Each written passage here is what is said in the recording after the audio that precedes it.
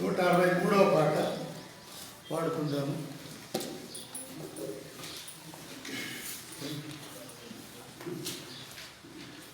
నూట 63వ పాట.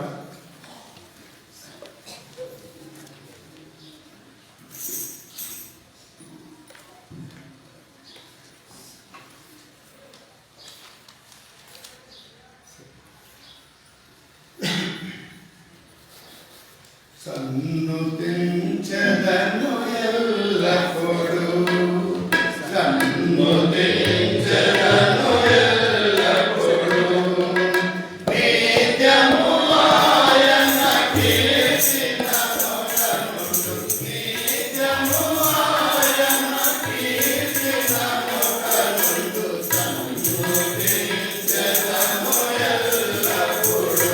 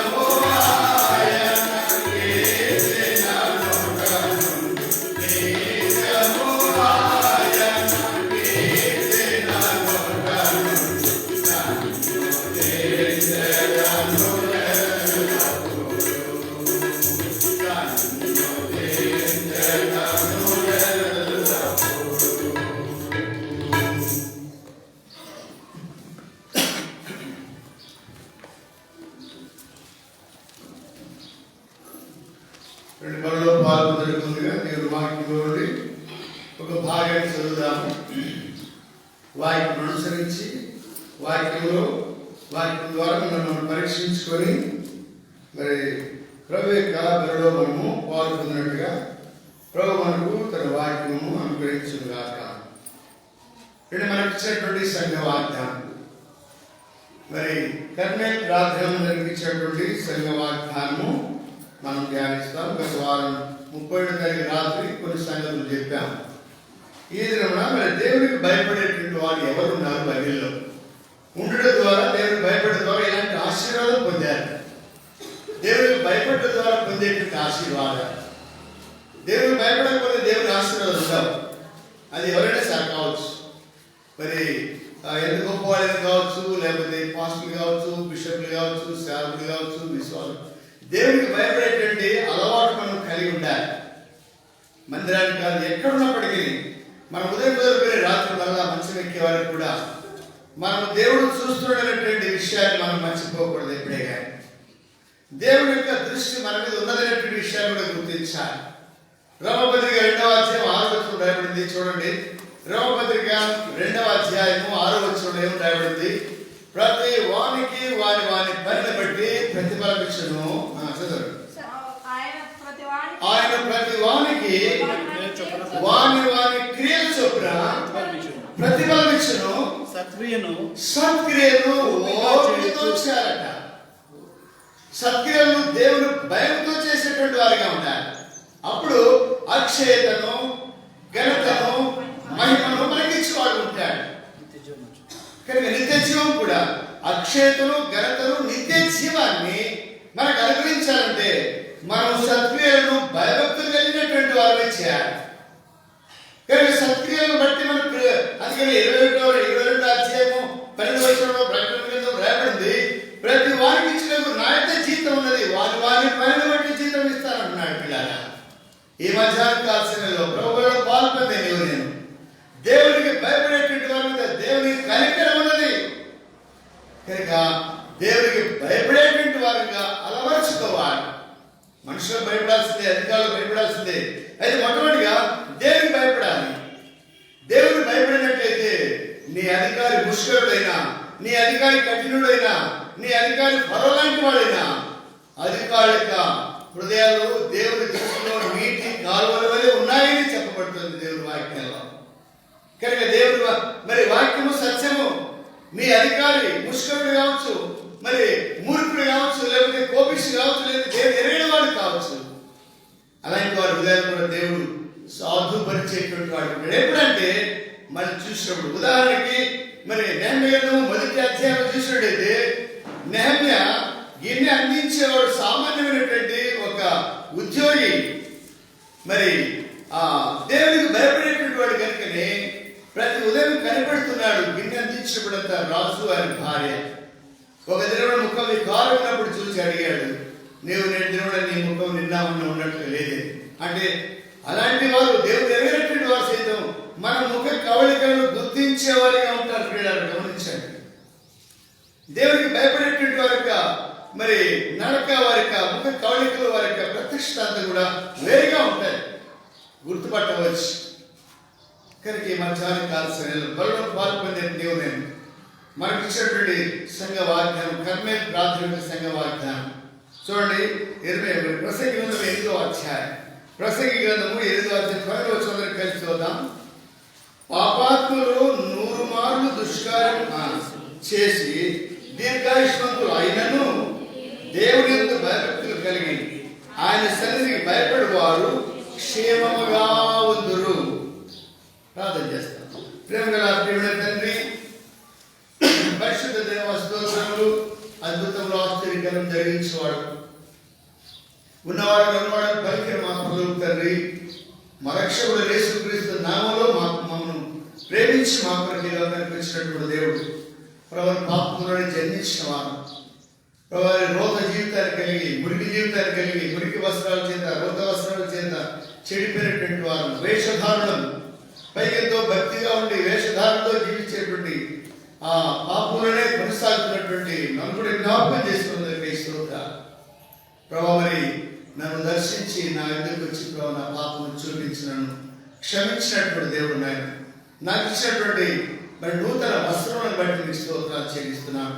నా పేరు మీ జీవనంలో ఆశించడానికి స్తోత్రాలు. ఈ లోకంలో మీకు భయపడేటువంటి వారిగా ఉండాలని సంఘంలో మరి నన్ను కూడా ఐక్యపరిచినందుకు స్తోత్రాలు. మీ శిలువ రక్తం ద్వారా నన్ను కూడా కలిగినందుకే స్తోత్రాలు చెల్లిస్తున్నాను. మిమ్మల్ని తిని త్రాగేటువంటి ఆధిక్యత నాకు కూడా కలిగించినందుకే స్తోత్రాలు. సంతోష ఆనందములతో నిండినటువంటి హృదయంగా, ఉల్లాసంతో కూడినటువంటి హృదయంగా, నీతి వస్త్రంతో నిండినటువంటి హృదయంగా నేను కూడా జీవించాలని ప్రభావ నాకు ఇచ్చినటువంటి గొప్ప రక్షణకై స్తోత్రాలు చెల్లిస్తున్నాను. మీ ప్రజలందరితో కలిసి ఆనందించేటువంటి వారిగా, మిమ్మల్ని తిరిగి త్రాగేటువంటి వారిగా నన్ను కూడా సిద్ధపరిచినటువంటి దేవాన్ని మీకు ఏం చెల్లించగలను ఆయన. జీవితకాలం అంతా శుద్ధించిన ఇంకా వస్తువులను ఒప్పుకుంటూ ఇష్టంలో సాగిపడుతున్నాను. ప్రభావ మరి పనులు పాల్పదులకు నన్ను కూడా యోగ్యంగా సిద్ధపడుతున్నా ఆయన. బోధించి అర్థుడని పోకుండా, నిలుచున్నారని పడిపోకుండా ఉన్నట్లుగా నన్ను కూడా నూతన పరచండి ప్రభావ. మరి అపోస్తలుడైన పౌలువలే నా తాను నిలుచున్నారని అనుకోనకుండా పడిపోకుండా జాగ్రత్తగా ఉండమన్నా. అట్లా ఆయన ఎదుటి వారికి బోధించే నీవు ముందు నీకు బోధించుకొని మరి రోగులకు రాస్తున్నటువంటి పత్రిక వాళ్ళ ద్వారా నేను కూడా భయపడేటువంటి వారిగా ఉన్నట్టుగా నాకు కూడా మీ భయం నాలో పుట్టించాను ప్రభా. అట్లు మీ కొరకు జీవించడానికి, మేము తిరిగి త్రాగుచు సత్క్రియలను ఓపిక చేయడానికి, నిత్య శివాన్ని పొందడానికి నన్ను కూడా సిద్ధపరచండి ప్రభా. యోగ్యంగా మమ్మల్ని సిద్ధపరచమని వాక్యాన్ని మేము అప్పగించుకోండి. ఏసునామమున ప్రార్థిస్తున్నాం తండ్రి, ఆమేన్. ఇక్కడ మరి దేవునికి భయపడే ద్వారా మనము క్షేమంగా ఉంటామండి. క్షేమం అంటే అన్ని విధాలుగా, ఒక విధంగా కాదు. అది కుటుంబం కావచ్చు, ఉద్యోగం కావచ్చు, పొలం కావచ్చు, పంటలు కావచ్చు, పశువులు కావచ్చు, మందలు కావచ్చు, లేదా పిల్లలు కావచ్చు, కుమారుడు కావచ్చు, కోడలు కావచ్చు, అల్లుడు కావచ్చు, బిడ్డ కావచ్చు. ప్రతి పరిస్థితి కూడా పిల్లరా దేవుడికి భయపడేటువంటి వారు క్షేమంగా ఉంటారు. అనగా మనం తిరిగినా త్రాగినా, మొదటి పత్రిక 10వ అధ్యాయం మనం తిరిగినా త్రాగినా ప్రభు మహిమ కొరకే అనగా క్షేమస్థితిని అనుగ్రహించేటువంటి వాడు అనేటువంటి సత్యాన్ని మనము గ్రహించవలసిన వారు ఉండాలి. ఏదో రక్షణ పొందామండి, రక్షణ పొందాం, మందిరానికి వస్తున్నాం పోతున్నాం అనేటువంటి సంతృప్తి కాదు దేవుడు కోరేది. మనం దేవుడికి భయపడుతున్నామా లేదనేటువంటి దాని దృష్టి మన మీద ఉన్నది. కనుకనే చూడండి, లూకాసు వార్త 1వ అధ్యాయం 50వ వచనంలో రాయబడిన మాట చదవండి.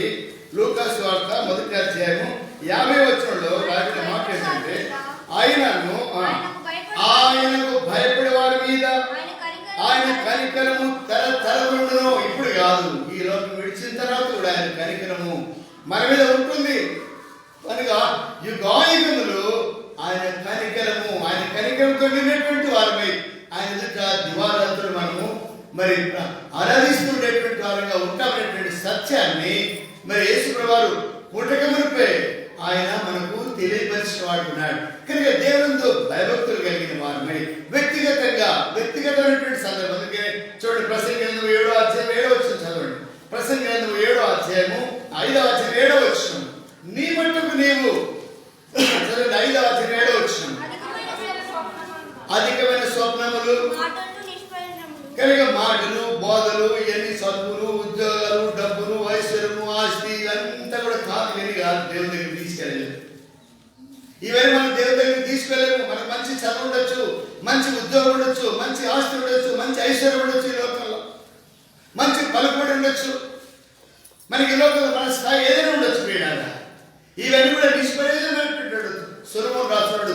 సొలొమోనుకున్నటువంటి జ్ఞానము ప్రపంచంలో ఎవరికి ఇవ్వలేదు. ఇవ్వడం కూడా సొలొమోనుకి ఇచ్చినటువంటి ఐశ్వర్యము, గొప్పతనము, ఘనతను ప్రపంచంలో ఎవరికి ఇవ్వలేదు. ఇవ్వడం కూడా. అయితే వీడాగా తర్వాత చదవండి.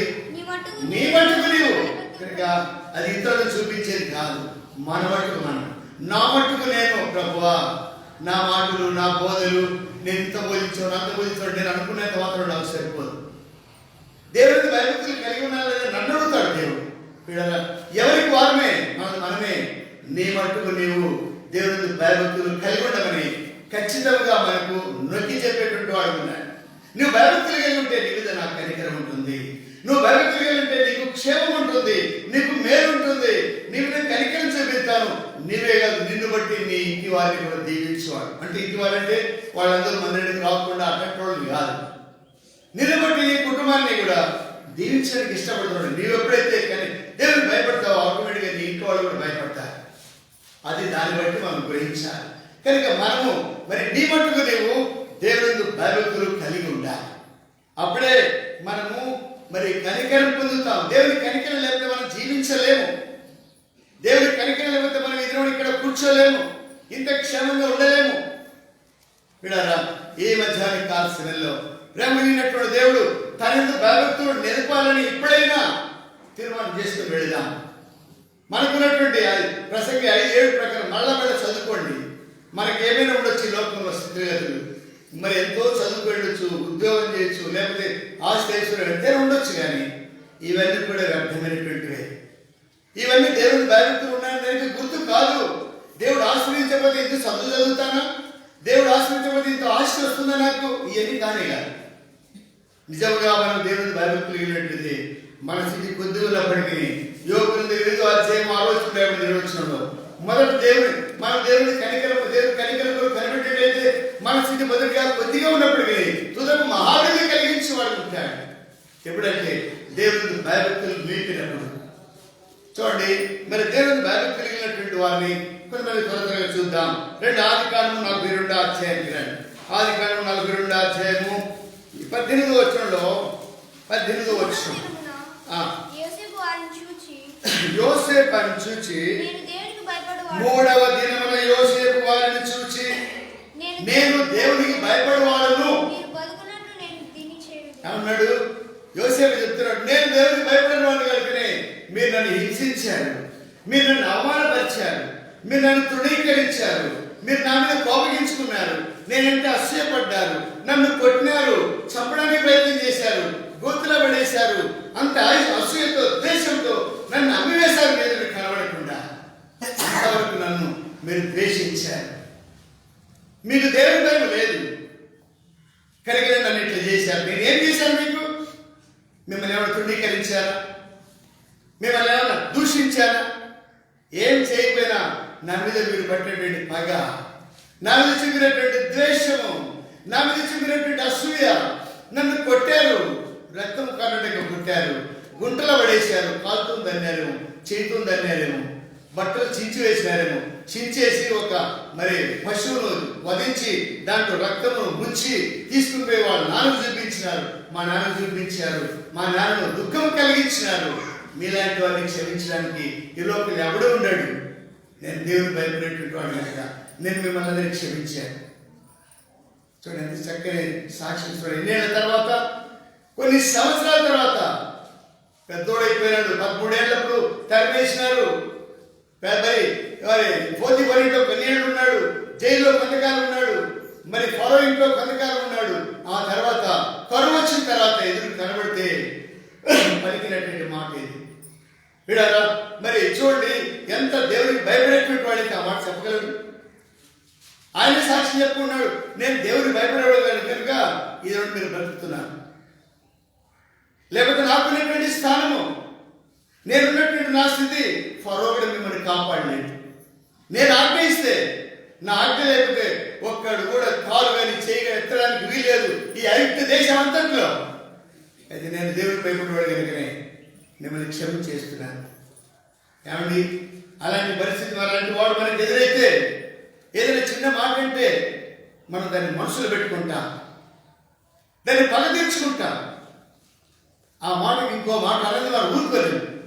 అలాంటి మనసు మనది. అయితే దేవుడికి భయపడేటువంటి వాడు కనుక యోసేపు ఆ మాట పలకలుపుతున్నాడు. 3వసారి కనబడితే నేను దేవుడికి భయపడేటి వాడు కనుక నేను ఆ పని చేయను. బాగా ఆలోచించాడు యోసేపుని గురించి. కనుక ఇక్కడ అంటున్నాడు, 3వ యోసేపు వారిని చూసి నేను దేవుడికి భయపడేవాడు కనుక మీరు బతుకున్నట్టు దీన్ని చేయించుకోండి, కోటి బ్రతకండి. ఇక్కడ ఎంత అసాధ్యమైనటువంటి కార్యం అనేది అందరికి సాధ్యమేనా? ఒకసారి ఆలోచిద్దాం.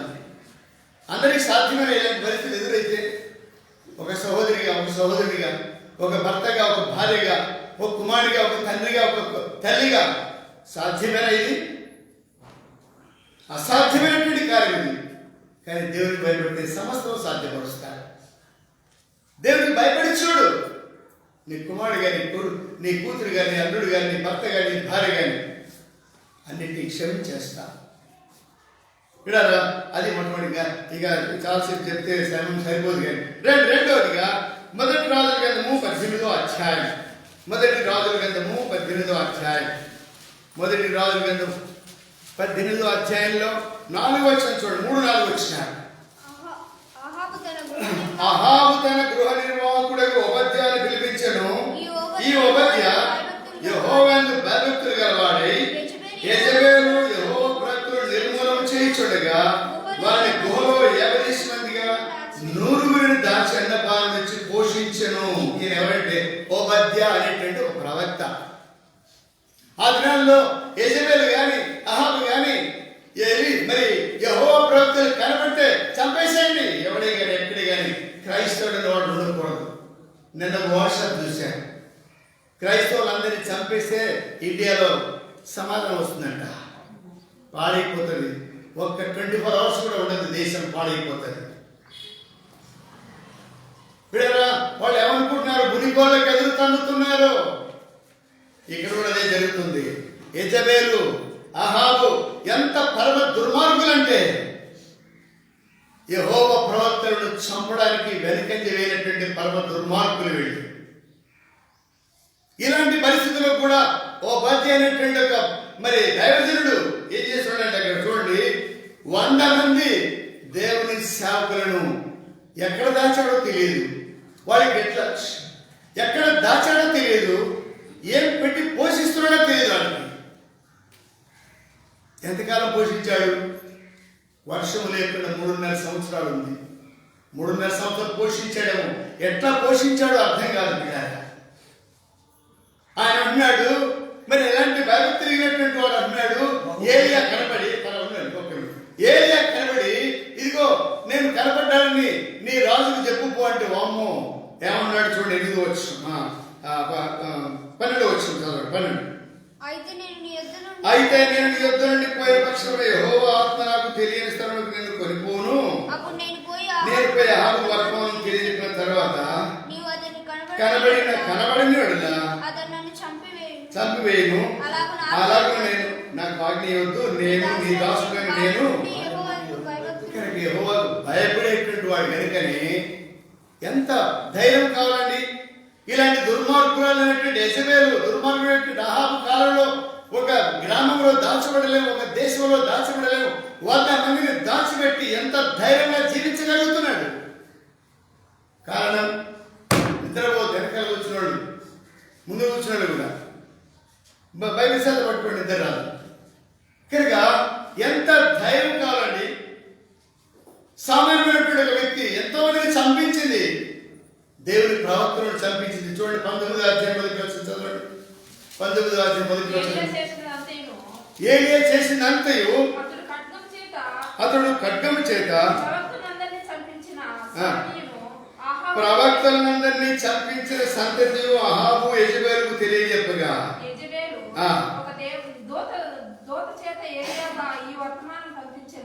కానీ ఇక్కడ చూసినట్టయితే మరి ఆమె ప్రవక్తలను చంపినటువంటి స్త్రీ, దేవుడిని భయపడినటువంటి వాళ్ళని చంపినటువంటి స్త్రీ. అలాంటి పరిస్థితుల్లో కూడా ఈ ఓబద్య అనేటువంటి ప్రవక్త అంటాడు, నేను దేవునికి భయపడేటువంటి వాడు. దేవునికి భయపడేటువంటి వాడు అంత ధైర్యం వచ్చింది. మాట్లాడుతూ వచ్చాడేమో, రాత్రి పగలు మాట్లాడుతూ వచ్చాడేమో, ఇదిగో నేనున్నాను, ఇదిగో వాళ్ళని భద్రపరచు. అందుకనే తర్వాత అధ్యాయం ఉంది. మరి ఏలియా అన్నాడు, మరి రోషం గలవాడని నేను ఒక్కనే బతుకున్నానంటే ప్రభు అన్నాడు, నువ్వు ఒక్కడు కాదు బాబు, నువ్వు ఒక్కడు కాదు, నాకు ఇంక 7,000 మంది ఉన్నారు ఈ పట్టణంలో, నాకు 7,000 మంది ఉన్నారు, ఇంకా నువ్వు ఒక్కడు అనుకుంటున్నావు. ఇప్పుడారా 100 మందిని ఒక్క చోట దాచి ప్రభు కొరకు పౌరుషంగా నిలబడినటువంటి వాడు మధ్య దేవుడిని భయభక్తులు గలవాడు కనుకనే ఆ కార్యం చేయగలిగినాడు. దేవుని భయభక్తులు కలిగినటువంటి మనం నేర్చుకుందా మనం క్షేమంగా ఉంటాం. కనుక మరి మొట్టమొదటిగా దేవుని భయభక్తులు గలవాడు కనుకనే యోసేపు తన అన్నలను క్షమించినవాడు. రెండవది దేవుని భయభక్తులు ఎప్పటి నుండి భయభక్తులు గలవాడు? బాల్యం నుండే యోసేపు కూడా బాల్యం నుండే, ఓబద్యా కూడా బాల్యం నుండే దేవునికి భయభక్తులు కలిగిన వాడు కనుక ఆ పనిని చేయగలిగినటువంటి వాడిగా ఉన్నాడు. తర్వాత రండి మూడవదిగా యెహోషువ గ్రంథము 14వ అధ్యాయం. యెహోషువ గ్రంథము 14వ అధ్యాయము 7-8 వచనాలు. 14వ అధ్యాయం 7-8 వచనాలు. దేశమును వేగు చూచుటకు యెహోవా సేవకుడైన మోషే కాదేషు బర్నేలో నుండి నన్ను పంపినప్పుడు నేను 40 ఏళ్ళు వాడును, ఎవరికి భయపడలేదు. ఎవరైనా యెహోషువ అంటున్నాడు. మోషే పంపినప్పుడు 12 మందిని పంపించాడు, వేగు చూడడానికి పంపించాడు. 12 మంది చూసి వచ్చారు. ఉన్నట్టుగా ఎవరికి భయపడలేదు. మిగిలిన 10 మంది ఒకవేళ వచ్చేటప్పుడే మాట్లాడుకొని వచ్చినారేమో, మేము ఉన్నట్టు చెప్తాం, అబ్బా మేము అబద్ధం చెప్పము అని అంటే, మేము 10 మంది ఉన్నాం, మేము చెప్పినట్టు చెప్పాలి మీరు. లేదు మేము అట్లా చెప్పము, మీరు 10 మంది కాదు ఇంకెంతమందిని చెప్పని, మేము మాత్రము దేవునికి భయపడేటువంటి వారు కనుక మేము అబద్ధాలు చెప్పము, లేకపోతే చెప్పము. మా దేవునికి భయపడేటువంటి వాళ్ళము. ఇంతవరకు అరణ్యంలో 40 సంవత్సరాలు నడిపించుకుంటూ వచ్చినాడు. ఫరో సైన్యమును ముంచివేసి మమ్మల్ని కాపాడినాడు. సముద్రాన్ని పాయలు చేసి తీసుకొచ్చాడు. నీళ్లను బండలను నీళ్ళిచ్చి మమ్మల్ని పోషించాడు. పరలోకండి మన్నానిచ్చి పోషించుకుంటూ వచ్చాడు. మాకు మాంసం కావాలని పెడుతూ వచ్చాడు. మమ్మల్ని ఎత్తుకుంటే ఇక్కడ తీసుకొని వచ్చాడు. మేము దేవునికి భయపడేటువంటి వాళ్ళుగా మేము చెప్పము. 10 మంది తప్పుడు సమాచారం చెప్పారు. అయితే యెహోషువ అన్నాడు, దేవుడికి కూడా భయపడలేదు. నేను దేవుడికి భయపడేటువంటి వాడు కనుక ఆ సమాచారం నేను చెప్పాను. ఉన్నట్లే చెప్తాను. ఇక్కడ కలవరం అయిపోయింది. సమాజం అంతా కలవరమే. ఆ లక్షల మందిలో కలవరం అయిపోయింది. వీళ్ళు చెప్పింది కరెక్టా, వీళ్ళిద్దరు చెప్పింది కరెక్టా? చూడు, ఒకవేళ బేరీ చేస్తే 10 మంది గెలుస్తుందా, ఇద్దరిది గెలుస్తుందా? ఏమండి, లోక్సభలుగా 10 మంది ఎమ్మెల్యేలు ఒకరు ఉన్నారు, 2 ఎమ్మెల్యేలు ఒక పక్క ఉన్నారు. ఎవరి ప్రభుత్వం అయితే అది 10 మంది అయితే. కానీ దేవుడు దాన్ని అనుమతించాలి. సమాజం అంతా వాళ్ళనే కాదు, మోషేను కూడా రాళ్లతో కొట్టి చంపాలని ప్రయత్నించారు. అప్పుడు వెంటనే పరిగెత్తాడు మోషే, దేవుడికి మొరపెట్టాడు, ప్రభువా ఈ సమాజం రాళ్లతో కొట్టి చంపాలనుకుంటున్నారు, ఏం చేయాలి? ఏం చేస్తాడు? మొరపెట్టినప్పుడు వాళ్ళకి భయపడద్దు అన్నాడు దేవుడు. ఆ 10 మందికి భయపడద్దు, సమాజానికి భయపడద్దు, సాగు ముందు సాగు. యెహోషువ ఇచ్చినటువంటి గొప్ప స్టేట్మెంట్, యోసేపు ఇచ్చినటువంటి స్టేట్మెంట్, ఓబద్యా ఇచ్చినటువంటి స్టేట్మెంట్. మరి ఇక్కడ యెహోషువ విషయమే చెప్పబడుతుంది. యెహోషువ కాలేబు పీడారా, ఎంత ధైర్యం కావాలండి. రాళ్ళతో కొట్టి చంపాలనుకుంటున్నారు, చంపుతారేమో అనే భయం కూడా ఉంది. కానీ భయపడలేదు. ఎవరికి భయపడ్డారు వాళ్ళు? సమాజానికి భయపడలేదు. ఆ 10 మందికి భయపడలేదు. సమాజానికి భయపడలేదు. వాళ్ళు దేవుడికి భయపడేది నేర్చుకున్నారు. కనుక వాళ్ళు ఇద్దరు మాత్రమే మిగిలిపోయినారు. చివరిగా అరణ్యంలో దాటి వారి కనాను దేశంలో ప్రవేశించింది. 20 సంవత్సరాలు భయపడినటువంటి వాళ్ళందరిలో అందరూ చనిపోయినారు. వీళ్ళిద్దరు మాత్రమే మిగిలినారు. వీళ్ళు ఎంత ఆశ్చర్యకరమైనటువంటిది. వారి క్షేమంగా మరి కనాను దేశానికి చేర్చిన వాడిగా ఉన్నాడు. యోసేపును క్షేమంగా ఉంచినాడు. వీళ్ళు చంపాలని గుట్టలేసి చంపేయాలని ప్రయత్నించి అమ్మివేస్తే కూడా దేవుడు క్షేమంగా ఉంచాడు. యెజబెలు ఎంతోమందిని చంపాలని ప్రయత్నించింది, చంపింది కూడా. దేవుడికి భయపడేటువంటి వాడు కనుక ఓబద్యాను దేవుడు భద్రపరిచాడు. యెహోషువ కాలేబు దేవుడికి భయపడేటువంటి వారు కనుకనే వాళ్ళని క్షేమంగా కనాను దేశానికి వెళ్లే వారు కూడా. ఒకరి తండ్రి తన కుమారుడు ఎత్తుకున్నట్టుగా 36 ఒకరి తండ్రి కుమారుడు ఎత్తుకున్నట్టుగా నేను మిమ్మల్ని ఎత్తుకొని వచ్చిన సంగతి మీరు మర్చిపోయారు అంటున్నాడు. ఇప్పుడు దేవుడికి భయపడేటువంటి వాడైతే దేవుడు ఎంత కాపాడుతున్నాడు, ఎంత నమ్మకస్తుడు, ఎంత మనం కనికరం చూపుతున్నాడు, ఎంత భయం కలిగినటువంటి వాడిని మనం చేస్తున్నాడో మనము గ్రహించేటువంటి వారిగా ఉండాలి. 4వదిగా లూకా సువార్త 23వ అధ్యాయం. లూకా సువార్త 23:43 వచ్చింది చూడండి. లూకా సువార్త 23వ అధ్యాయము. అందుకు ఆయన వానితో నేడు నీవు నాతో కూడా పరదేశంలో ఉండువని. దాని మీద పైకి వచ్చిన ఆయన యేసు నీవు నీ రాజ్యంలోకి వచ్చినప్పుడు నీవు 40 క్షమించండి. అయితే రెండవ వాడు అని గర్జించి నీవు అదే శిక్షలో ఉన్నావు కదా, దేవునికి భయపడవా? చూడు, ఇద్దరు దొంగలే, కిరాతకులు, ఎంతోమంది హత్య చేసి ఉండొచ్చు, దోపిడీ చేసి ఉండొచ్చు. ఇలాంటి వారికి శిక్ష పడినప్పుడు యేసు ప్రభువుని చూసినప్పుడన్నా ఆ రెండవ వాడు పలికినట్లుగా మొదటి వాడు పలకలేకపోయినాడు. ఇప్పుడైనా మనం తీర్మానం చేసుకుందాం, అయ్యో యోసేపు లాంటి పరిస్థితిలో కూడా దేవుడు భయపడ్డాడు, ఓబద్యా భయపడినాడు, యెహోషువ కాలేబు భయపడినాడు, అదిగో శిలువలో దొంగ కూడా భయపడి మారు మనసు పొందాడు. ఇప్పుడైనా భయపడదామనేటువంటి తీర్మానంతో వెళ్ళాలి. ఇది నువ్వు దుర్మార్గుడు, కానీ నీకు శిక్ష తగింది. ఆయన ఏ పాపం చేయలేదు. ఆయన మరి ఆయన పాపం చేయగలిగినప్పుడు శిక్ష అనుభవిస్తున్నాడు. అనుభవిస్తూ కూడా నిన్ను నన్ను క్షమిస్తున్నాడు. రా బాబు, నిన్ను నన్ను క్షమిస్తున్నాడు. ఇప్పుడైనా దేవుడికి భయపడ, ఇప్పుడైనా దేవుడికి భయపడవాలి అన్నప్పుడు ఆ హృదయంలో వచ్చినటువంటి ఆ ఆక్రందన, ఓ ప్రభువా యేసు, నీవు నీ రాజ్యం తెచ్చినప్పుడు నన్ను జ్ఞాపకం చేసుకోవాలి. కొంచెం ఊపిరితో పలికినటువంటి వాడు ఉన్నాడు, కొస ఊపిరితో, మరో ఊపిరితో ప్రభుని క్షమాపణ అడిగినాడు.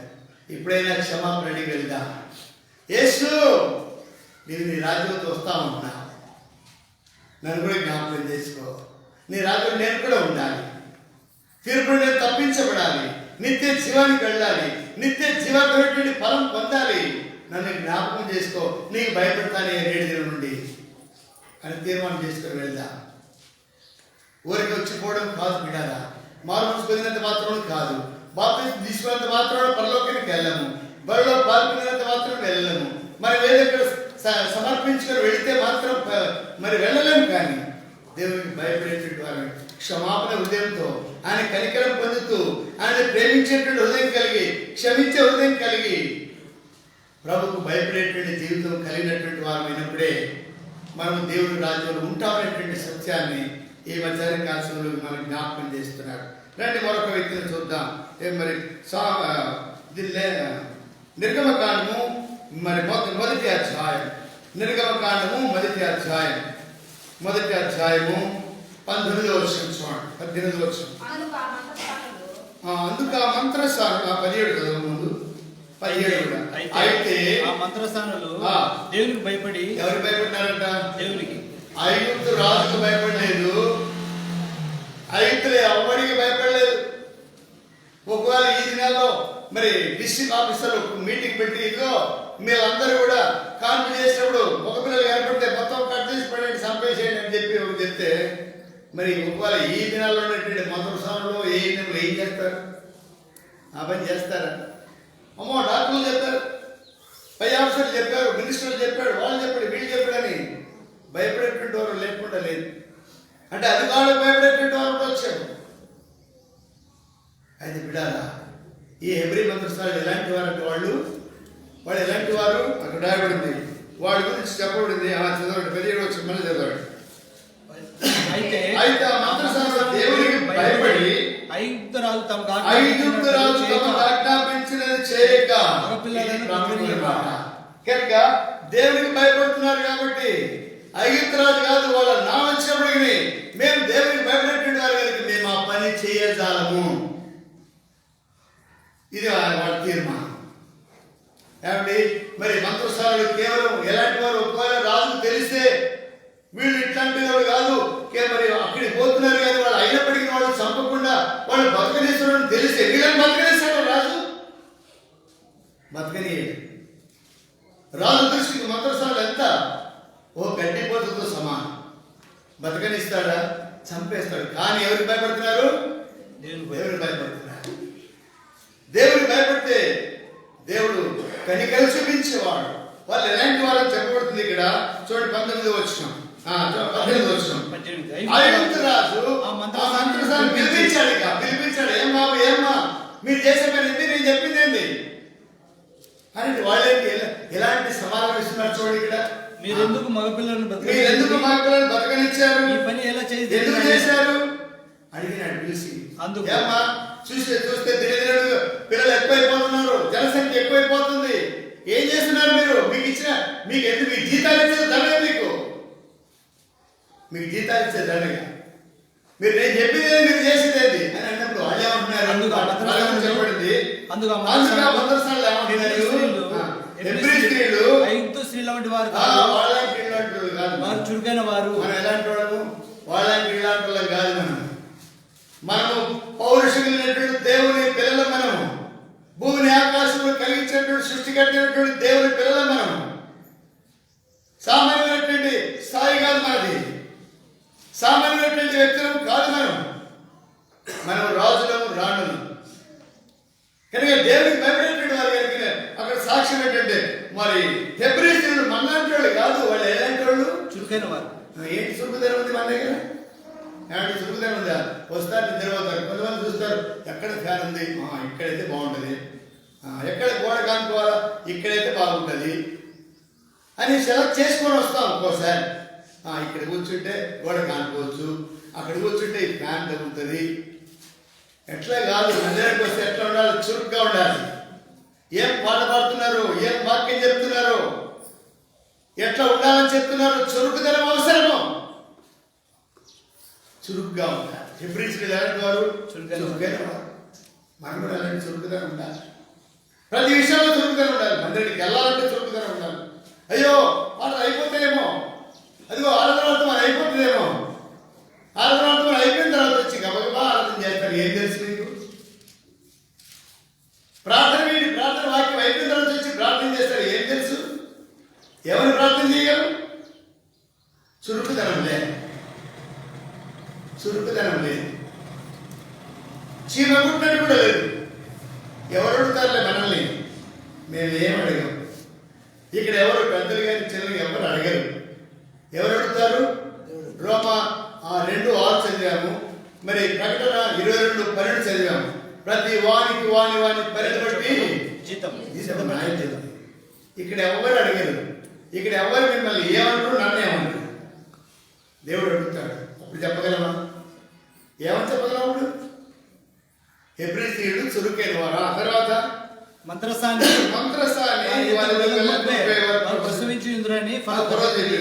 దేవుడు ఆ మంత్రస్థానాలకు చేశాను. ఏం చేశాడంట? ఎందుకు పని చేశాడు? దేవుడికి భయపడి మగపిల్లని చంపడం. అది ఆ హత్య అవుతుంది. హత్య చేస్తే మరి దేవుని దగ్గరికి వెళ్తారా? హత్య చేయడం అనేటువంటిది దేవుని దృష్టికి పాపముతో సమానం. కనిపెడారా? ఆ మంత్రసానుడు సిఫ్రా పూయైనటువంటి మంత్రసానుడు చురుకైనటువంటి వారు దేవుడికి భయపడేటువంటి వారు కనుక దేవుడు వారికి మేలు చేశాడు. మనం కూడా చురుకైనటువంటి మనసు కలిగి, చురుకైన జీవితాన్ని కలిగి ఉంటే, మేలు చేసేటువంటి మనసు ఉంటే, మేలు చేసేటువంటి క్రియల మనలో ఉంటే మనకు కూడా మేలు చేస్తారు దేవుడు. ఆయనకు భయపడేటువంటి వారు ఆయన కనికరం పొందుదురు. ఆయనకు భయపడేటువంటి వారు క్షేమంగా ఉందరు. యోసేపు క్షేమం ఉన్నాడు, ఓబద్యా క్షేమం ఉన్నాడు. ఇంకెవరు చెప్పాను? మరి యెహోషువ కాలేబులు క్షేమం ఉన్నారు. ఆ తర్వాత మరి ఎవరు? దొంగ, శిలువలో దొంగ దేవుడికి భయపడాడు కనుకనే కనికరం పొంది పరలోకానికి వెళ్ళాడు. విడారా, ఇలాంటి వాళ్ళని జ్ఞాపకం చేసుకోండి. మీరు కూడా ఆలోచించండి. నేను ఆలోచించినప్పుడు ఇవన్నీ దేవునికి భయపడేటువంటి వారు ఎవరున్నారని ఆలోచించి నేను మొన్న రాత్రి కూర్చొని ఆలోచిస్తే వీళ్ళంతా దొరికినారు. ఎవరు భయపడ్డారు? భయపడితే ఏం మేలు కలిగింది? ఈ వచ్చిన ఆలోచిస్తే వీళ్ళందరూ దొరికారు. రండి ఇంకొక వ్యక్తిని చూద్దాం. మరి నెహెమ్యా గ్రంథము 5వ అధ్యాయం. నెహెమ్యా గ్రంథము 5వ అధ్యాయం. నెహెమ్యా గ్రంథము 5వ అధ్యాయము 5వ అధ్యాయం 15వ వచనం. 5వ అధ్యాయం 15వ వచనం అంటే 15. అయితే నాకు ముందుగా నుండి అధికారులు జనులందరి నుండి ఆహారమును ద్రాక్షారసమును 40 తులముల వెండిని తీసుకుని వచ్చిరి. వారి పనివారు సహా జనుల మీద జులుము చేయించి వచ్చిరి. అయితే ఏంటంట? జులుము చేసేటోళ్ళు అంటే అక్కడ ఉన్నటువంటి పనివాళ్ళంతా కూడా లంచాలు తీసుకునేటువంటి వాళ్ళు కూడా, లంచాలు ఇచ్చేవాళ్ళు, లంచం తీసుకునేటువంటి వాళ్ళు, వాళ్ళ అధికారులందరూ కూడా. కానీ ఈయనేం చేసినాడు? నేను అట్లాంటి కాదు, నేను దేవుడికి భయపడేటువంటి వాళ్ళు, నీ లంచం నాకు పనికిరాదు, నేను 12 ఏళ్ళ జీతమే వదిలేసినాను అన్నాడు. 12 ఏళ్ళు లీవ్ ఉండదా? ఇప్పుడు నేను కూడా 34 సంవత్సరాల సర్వీస్ కాబట్టి నేను 19 నెలలు సెలవు పెట్టా. అయినా నా జీతం నాకు వచ్చింది. కొన్ని నెలలు 1.5 నెలలు ఎంతో లాస్ అయింది, కానీ లాస్ అప్ అయ్యేది. కానీ అంటే ఆయన కూడా మరి ఎంతకాలం పనిచేశాడు, రాజు గారి గిన్నె అందించాడు, ఆయన కూడా సెలవులు ఉంటాయిగా. అయితే ఆ జీతాన్ని కూడా లెక్క చేయలేదు, పని చేయలేదు కాబట్టి జీతం తీసుకోలేదు. గవర్నమెంట్ వాళ్ళు కాబట్టి ఇప్పుడు మనకు లీవ్లు ఇస్తున్నారు కాబట్టి మనం రిటైర్ అయినప్పటికీ మనకు కొంత జీతం ఇస్తున్నారు. అది గవర్నమెంట్ వాళ్ళు మన మీద దయచేసి. అయితే అందులో ఒకవేళ ఆ హస్త రాజు కనికరం చూపించి 12 సంవత్సరాల జీతం ఇచ్చినట్టు ఇవ్వాలనుకుంటే కూడా దాన్ని తోసివేశారు. ఎందుకంటే నేను పని చేయలేదు కాబట్టి నాకు జీతం అక్కర్లేదు, నేను దాన్ని వదులుకున్నాను. మీకు ముందు నాకంటే ముందున్నటువంటి అధికారులు ఎలాంటి వాళ్ళు అంటే లంచం తీసుకునేవాడు. ద్రాక్షారసం ఇచ్చి చాలా మంది ఆఫీసులలో పని కాకపోతే మందుబాటు మా దగ్గర ఒక డిస్టిక్ హెడ్ క్వార్టర్ ఉన్నాడు, డిస్టిక్ హాస్పిటల్ ఆఫీసర్ ఉండే, ఆయన సాయంత్రం 5 అయితేనే మందు పెట్టేస్తాడు. ఏదైనా పని కావాలంటే రాత్రి పోతే ఆఫీసులో పోతే ఏదైనా సంతకం పెట్టేస్తాడు. ఆయన చూడడు, సార్ ఇక్కడ సంతకం పెట్టుకుంటే డిస్టిక్ ఆఫీసర్ మందు కొట్టు క్వార్టర్ వాటి ఇచ్చిస్తే ఇక్కడ సంతకం పెట్టేస్తారు. అట్లాంటి వాళ్ళు ముందునేటువంటి అధికారులు అట్లాంటి వాళ్ళు అంటే వీళ్ళు. అయితే ఆయన ఉన్నాడు, నేను దేవుడికి భయం చేత నేను ఆదాలు చేయలేదు. నెహమ్యా లాంటి కావాలి, వాళ్ళు కావాలి దినాల్లో. పశ్చాత్తాపడేటువంటి సెలవులో దొంగలాంటి వాళ్ళు కావాలి దినాల్లో. యథార్థంగా ఉన్నట్టుగా చెప్పగలిగినటువంటి యెహోషువ కాలేబడి కావాలి దినాల్లో. కష్టం వచ్చినా నష్టం వచ్చినా దూషణ పాలైన మరి క్షమించేటువంటి మనసు కలిగినటువంటి యోసేపులు కావాలి దినాలు. మనకు సంఘములు కావాలి. అలాంటి వారు ఉన్నామా? మరి సిఫరా పుయ్య లాంటి మంత్రస్థానంలో చురుకైనటువంటి వాళ్ళు కావాలి సంఘంలో. అప్పుడే మనం క్షేమం పొందుతాం, అప్పుడే మనం కనికరం పొందుతాం. నెహమ్యా ఇతరుల యొక్క సంగతులు వాడు లంచాలు ఇచ్చేవాళ్ళు. ఇశ్రాయేలు పెద్దలకే లంచాలు ఇచ్చినాడు వాళ్ళు. ఇశ్రాయేలు పెద్దలకే లంచాలు ఇస్తే ఇక వాళ్ళు ఏం చేయాలి? మాట ఉన్నది లేనట్లే చేస్తారు, లేదు ఉన్నట్లే చేసేస్తారు. లంచం ఇస్తే మరి మందు దాపిస్తే. అయితే నేను అట్లాంటి కాదు, నేను అట్లా చేయను. ఎందుకు? నేను దేవుడు భయపడేటువంటి వాడను. నా ప్రజలు నా మరి పితరులు సమాజం ఉండేటువంటి పట్టణానికి కాపాడడానికి వచ్చాను, మందిరం పాడేంటి దాన్ని కట్టడానికి వచ్చాను. కనుక నేను దేవునికి భయపడేటువంటి వాడను. ఇలాంటి తీర్మానంతో మనం వెళ్ళాను. వీళ్ళ సంవత్సరాలు గడిచిపోతున్నాయి, చురుకైనటువంటి తనం లేకుండా అయిపోతుంది. వింటున్నా విడిచిపెట్టి అయిపోతున్నా. వినడానికి ఏదైనా ఫలితం ఉండాలి, వినడానికి ఫలితం ఉండాలి. రండి మరొక మాట చూద్దాం, మరొక వ్యక్తిని చూద్దాం. యోనా గ్రంథము 1వ అధ్యాయం 9వ వచనం.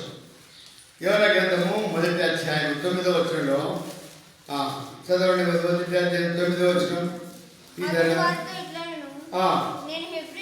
నేను హెబ్రీయుడను, సముద్రమునకును భూమికి నేను సృష్టికర్త ఆకాశమునకు దేవుడైన యెహోవా యందు నేను భయభక్తులు గలవాడను. ఇక్కడికి యథార్థంగా ఒప్పుకున్నాడు. కష్టం వచ్చింది ఇప్పుడు. వాళ్ళలాగా అబ్బే నేను కాదండి, నాకు సంబంధమే లేదు అని తప్పించుకోవచ్చుగా. అబద్ధమాడి తప్పించుకోవచ్చుగా.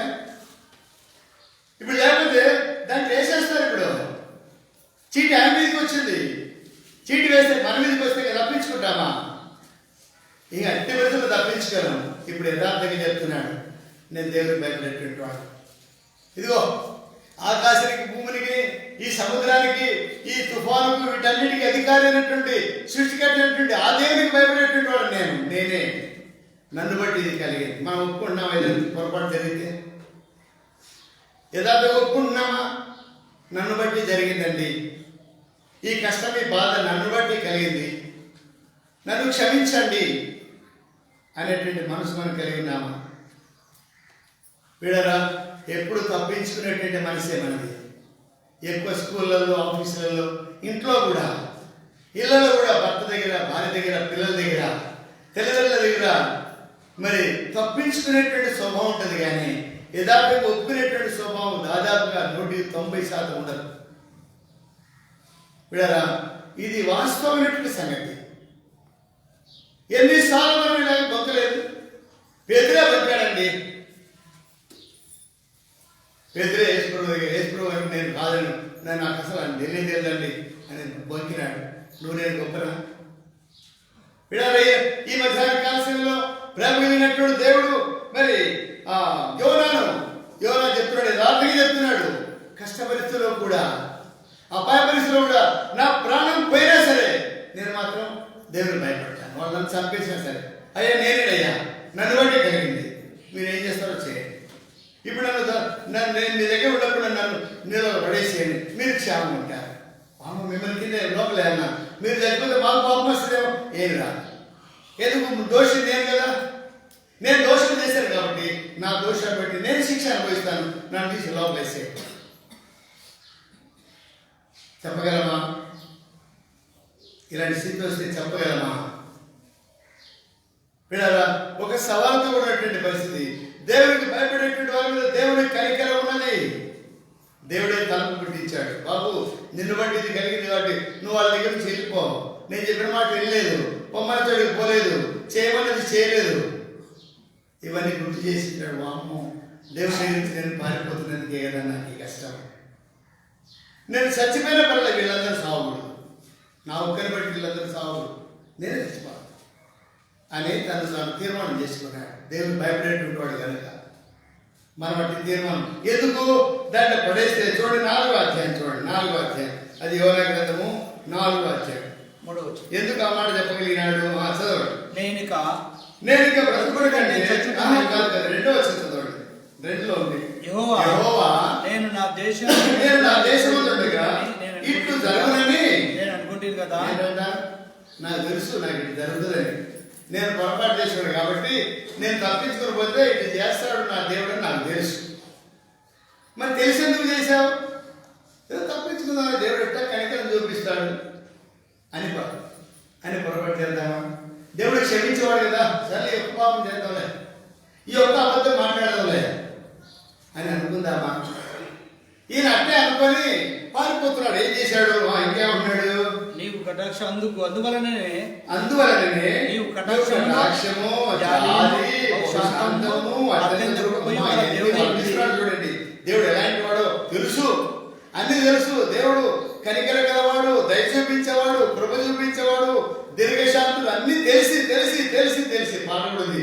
ఎరిగి ఎరిగినే చెడిపోతిని యేసుని గాయమురే తిని.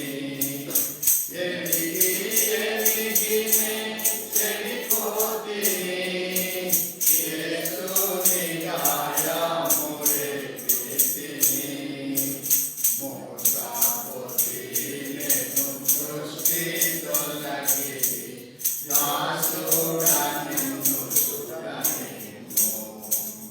మోసపోతిని సృష్టి తొలగిరి దాసుడా నన్ను చూడనిమ్ము. ప్రభు యేసు నా రక్షక నొసరు కన్నులు నాకు నిరతమునే నిన్ను తెలుసు. దేవుడు ఎలాంటి వాడు, మంచివాడు తెలుసు. దేవుడు కనికరించేవాడు, దయ చూపించేవాడు, మేలు చేసేవాడు, క్షేమించేవాడు, ఇవన్నీ తెలిసి కూడా తప్పు చేసినాడు. అందుకని వాళ్ళందరి దగ్గర ఏమనుకున్నాడు? పశ్చాత్తాపడి కీడు చేయక మానదనని, కీడు చేయక మానేవాడని తెలుసు. తెలుసుకొని దాన్ని ముందుగానే కీడు చేయక మానడం తెలుసు, క్షమాపణ క్షమిస్తాడని తెలుసు. మనం అనేసాలు అన్ని తెలిసి కూడా పొరపాటు చేస్తున్నాం. మా అమ్మ ఏమనదులే, మా ఆయన ఏమన్నాడు, తీసుకోపో, మా భార్య కూడా ఏమనదు, తీసుకోపో అనేసి అట్లా అంటుంటాం. కానీ ఏం చేస్తావు? ఇచ్చిన తర్వాత భర్త వచ్చి ఏమంటాడు? ఎందుకు ఇచ్చావు, మనకి ఇది అవసరం కదా, ఓన్లేండి. పిల్లలు కూడా అంతే, సారీ నాన్న, సారీ మమ్మీ అంటే క్షమిస్తారులే. కానీ అది మేలుకరమైందా కీడుకరమైందా, అది దేవుడు మెచ్చేదా కాదని మనం ఆలోచించి చేయవలసిన వారు కూడా. క్షమిస్తాడు లేని పొరపాటు చేయకూడదు. కానీ ఈ యోన తెలిసి కూడా అంటే మరణ భయం చేత పారిపోయినాడు.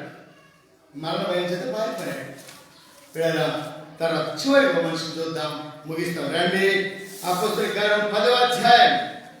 అపోస్తలుల కార్యం 10వ అధ్యాయం 2 వచ్చినారు. ఇటలీ పటాలమనబడిన పటాలంలో సర్కిల్ ఇన్స్పెక్టర్ ఆయన డిఎస్పీ తెలియదు. శతాధిపతి అయిన కొర్నేలను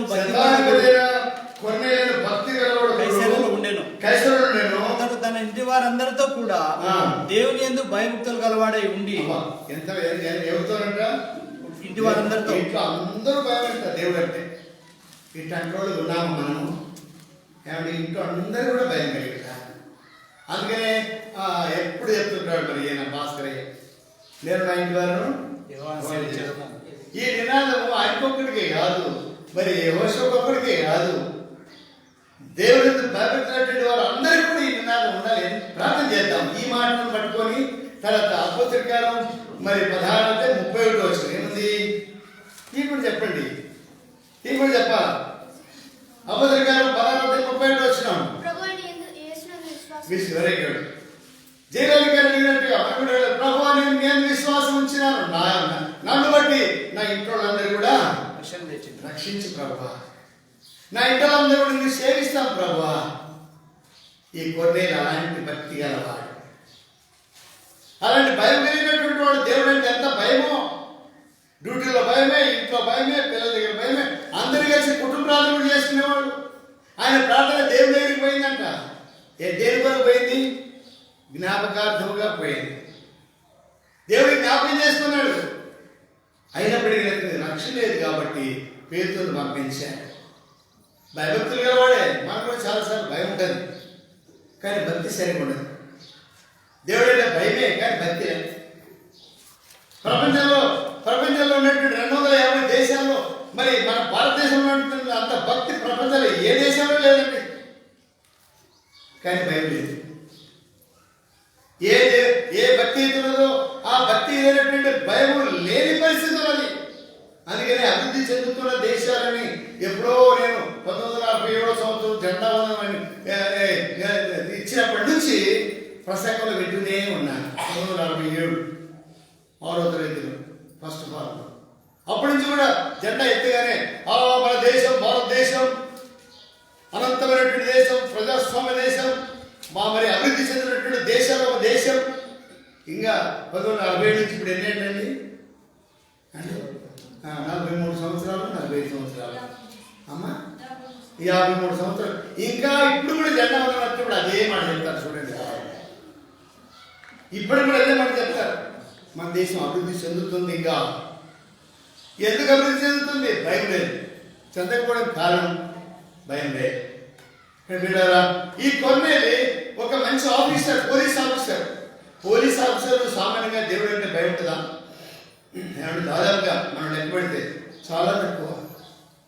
కొంత ఒక 1 or 2% ఉంటే ఉండొచ్చు.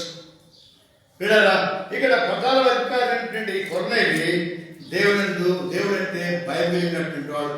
బహు ప్రజలు ధర్మం చేసేవాడు. పోలీసులు ధర్మం చేస్తారా? లాంటి కట్టు తీసుకొని పూలు కట్టు, రెండు కట్టు ఉంటుంది. ఇట్లా మా పెదనాన్ని చూశాను కర్నూలు. మేము చెప్పమన్నాడు 1972లో పోలీసు ఇంటికి వచ్చినప్పుడు బ్యాగ్ అనేది వేస్తాడు. ఇంటి బ్యాగ్ తీసుకెళ్తాడు, సాయంత్రం బ్యాగ్ అనేది వేస్తాడు. ఏంటంటే డబ్బులు అంటే డబ్బులే అటు ఉంటుంది పోలీసుల పరిస్థితి. కానీ ఈ పోలీసుని కరెక్ట్ అంటాడు. ప్రజలకు ధర్మం చేసేవాడు, అందరి కొరకు ప్రార్థించేవాడు, నీతిమంతుడైనటువంటి వాడు, దేవుడికి భయపడేటువంటి వాడు. చూడండి అమ్మ రాయబడింది 22 వచ్చిన. అందుకు వారు నీతిమంతుడును. చాలు. ఏంటంటే ఎవరికి భయపడేవాడు? వాళ్ళ ఆఫీసర్కి భయపడేవాడు అని చెప్పలే, లేక ఇంకెవరికి భయపడేవాడు అని చెప్పలే. ఇతడు నీతిమంతుడు, అదే సమయంలో దేవునికి భయపడేటువంటి వాడు. కనుకనే ఆ ఇంకో రక్షణ కొరకై పేతురును పంపించాడు. ఆయన ఏం మాటలు చెప్తాడో వినమని చెప్పాడు దూతను పంపించి. ఓ కొర్నేలి, నీకు భక్తి ఉంది, భయం ఉంది, కానీ నీకు పాపక్షాపం లేదు. క్రైస్తవులు నాకు పిలిచి, బాబు నువ్వు మంచి క్రైస్తవుడు, మరి నేను కూడా సిఎస్ఐ ఉండేవాడిని. నాకు కూడా నేను కూడా చాలా భక్తి. సిల్వర్ మోసినాను, భక్తి ఉంది, ఆ దేవుడు అంటే భయం ఉంది, కానీ రక్షణ లేదు. రక్షణ లేనటువంటి క్రైస్తవుని, కొన్నేళ్ళ లాంటి క్రైస్తవుని, కానీ ఒక దినం నన్ను కూడా పట్టుకున్నాడు. 1980వ సంవత్సరం అక్టోబర్ మాసం 16వ తారీఖున. నువ్వు భక్తి ఉంది, భయం ఉంది, కానీ నీకు పాపక్షమాపణ లేదు, నీకు మారు మనసు లేదు, నువ్వు సస్తే నరకానికి పోతావు బాబు అంటే, మామూ నేను నరకానికి పోతాను. ఇంత భక్తి కలిగి పెళ్ళిళ్ళు చేశాను, మరి అప్పుడు మారు మనసు లేకపోతే పెళ్ళిళ్ళు చేశాను, మరి కొత్త ఇల్లు దొరికితే ప్రార్థన చేశాను, చచ్చిపోతే సవాలు ప్రార్థన చేశాను. నేను పనులకు పోనా లేదు, పోను అని నాతో మాట్లాడాడు దేవుడు.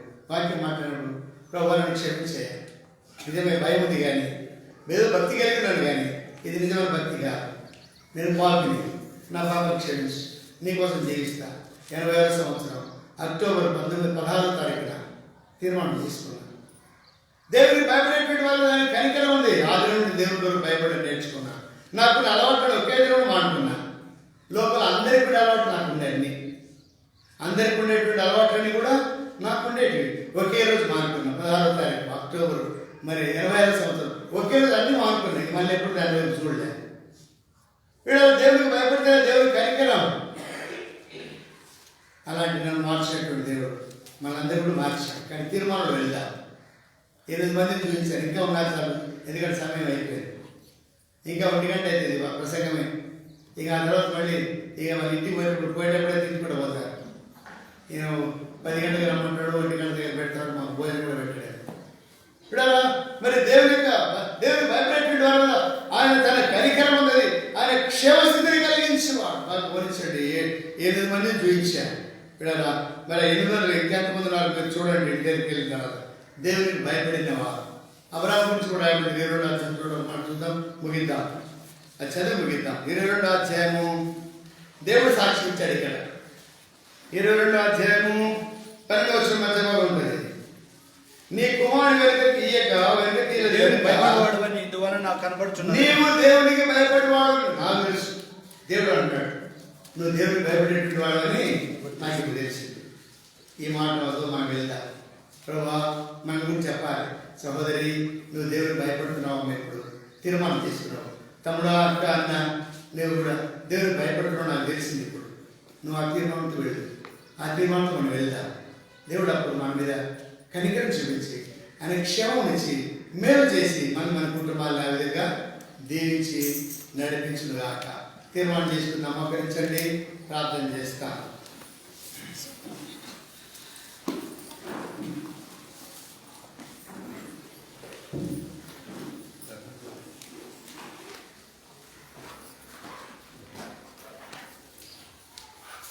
ప్రేమల మా ప్రియ తండ్రి, జీవాధిపతి జీవగల దగ్గర బంగారు పదాలతో నమస్కారం తెలుస్తున్నాం ప్రభా. ఈ మధ్యాహ్న సమయంలో తండ్రి, మీ బల చుట్టూ ఒరే ముక్కులు చేరి తండ్రి